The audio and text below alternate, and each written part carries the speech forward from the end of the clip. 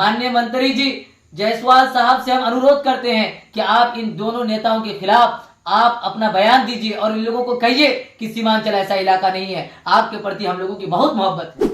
हम लोगों ने कभी सीमांचल में ऐसा कोई भावना, ऐसा कोई प्रोग्राम नहीं किया जिनकी वजह से किसी भाइयों के दिल में यह ठेस पहुंची। और आपने आकर यहाँ सिर्फ मुसलमानों का नहीं बल्कि सेकुलर हिंदुओं का भी दिल तोड़ा है, क्रिश्चियन लोगों के भी दिलों को ललकारा है, ईसाइयों को भी आपने ललकारा है। आप अपने यहाँ के लोगों के लिए कुछ तो कर तो नहीं रहे और उल्टा यहाँ के लोगों को आप यहाँ का माहौल खराब करने के लिए उकसा रहे हैं। होने की जरूरत है, चाहे आप जिस पार्टी में हो, इनके खिलाफ एक बड़ा आंदोलन छेड़ने की जरूरत है, वरना सीमांचल में ये लोग दंगा फैला देगा। अस्सलाम वालेकुम, आदाब। सबसे पहले तो स्क्रीन में चल रहा इन दोनों वीडियो को देख लीजिए। आप ये समझिए इन दोनों भाषणों का सीमांचल से मिलान क्या है। अररिया में सांसद प्रदीप सिंह क्या बयान दे रहे हैं और हमारे किशनगंज के इस गंगा जमुनी तहजीब वाले इलाके में केंद्रीय मंत्री गिरिराज सिंह क्या बयान दे रहे हैं। इन दोनों भाषणों से सीखने की जरूरत है और यहाँ के लोगों को जागने की जरूरत है। सिर्फ मुसलमानों को नहीं बल्कि यहाँ पर बसे हुए सभी धर्मों के लोगों को समझने की जरूरत है। क्या आपस में यहाँ के माहौल को खराब करना चाह रहे हैं? केंद्रीय मंत्री गिरिराज सिंह के बयान को सुनिए, उनमें से ये पता लगेगा कि शायद मुसलमानों ने यहाँ के लोगों के साथ बहुत अत्याचार किया है। यहाँ की जो आबादी है, मेजोरिटी है, वो मुसलमानों की है। और आपने देखा होगा कि यहाँ के मुसलमानों ने जो पूरे हिंदुस्तान को जो पैगाम दिया है वो कहीं के भी मुसलमान नहीं दे सकते हैं।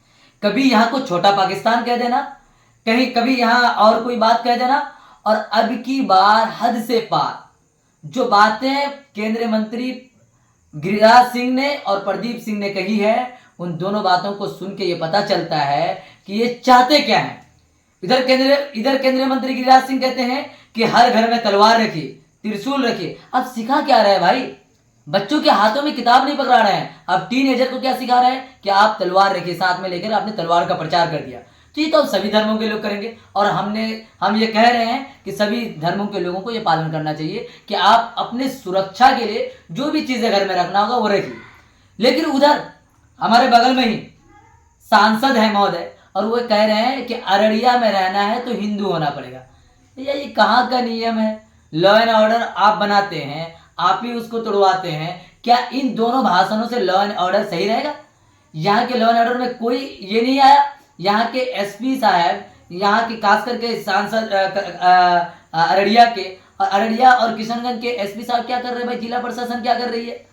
इतना खतरनाक भाषण आकर के जिले में आकर के दे देना और उनको ये कहना कि भाई ये तो अच्छा है, अपने धर्म के प्रति कर रहा है। अपने धर्म के प्रति नहीं किया बल्कि यहाँ के लोगों को लड़ाना चाहते हैं। दोस्तों, आपको समझने की जरूरत है, क्या यहाँ के मुसलमानों ने कभी कोई मंदिर तोड़ा? हमारे मंत्री जी कह रहे हैं कि हमने मंदिरों को तोड़ दिया। हमारे लोग कभी किसी बहू बेटियों का जाकर के, नन मुस्लिम बहू बेटियों का जाकर के बदतमीजी किया, छेड़खानी किया? कहीं आपको पूरे जिला में ऐसे देखने को नहीं मिलेगा। अब कहना क्या चाह रहे हो भाई? आप बस थोड़ा सा वोट को एकत्रित करने के लिए, धर्म के नाम पर एकत्रित करने के लिए आप पूरे सीमांचल को बदनाम कर रहे हैं।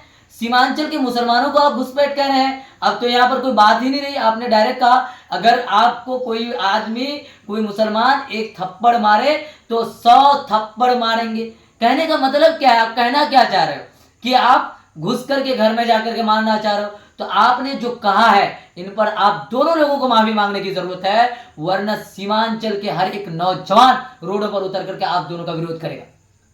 बीजेपी के लोग कैसे सीख दिखा रहे हैं भाई?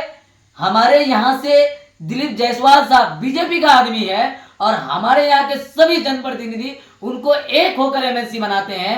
आपको अभी बोलने की जरूरत है। माननीय मंत्री जी जायसवाल साहब से हम अनुरोध करते हैं कि आप इन दोनों नेताओं के खिलाफ आप अपना बयान दीजिए और इन लोगों को कहिए कि सीमांचल ऐसा इलाका नहीं है। आपके प्रति हम लोगों की बहुत मोहब्बत है। हम लोगों ने कभी सीमांचल में ऐसा कोई भावना, ऐसा कोई प्रोग्राम नहीं किया जिनकी वजह से किसी भाइयों के दिल में यह ठेस पहुंचे। और आपने आकर यहाँ सिर्फ मुसलमानों का नहीं बल्कि सेकुलर हिंदुओं का भी दिल तोड़ा है। आपने क्रिश्चियन लोगों के भी दिलों को ललकारा है, ईसाइयों को भी आपने ललकारा है। आप अपने यहाँ के लोगों के लिए कुछ तो कर तो नहीं रहे और उल्टा यहाँ के लोगों को आप यहाँ का माहौल खराब करने के लिए उकसा रहे हैं। सीमांचल के सभी लीडरों को एक होने की जरूरत है, चाहे आप जिस पार्टी में हो, इनके खिलाफ एक बड़ा आंदोलन छेड़ने की जरूरत है, वरना सीमांचल में ये लोग दंगा फैला देगा। हम इन्हीं चंद बातों के साथ अपनी बातों को खत्म करते हैं और यहाँ के सभी धर्मों के लोगों से अनुरोध करते हैं कि यहाँ के माहौल को बिल्कुल भी ऐसे लोगों के प्रति, लोगों के बातों में आकर, बहकावे में आकर यहाँ के माहौल को खराब ना करें।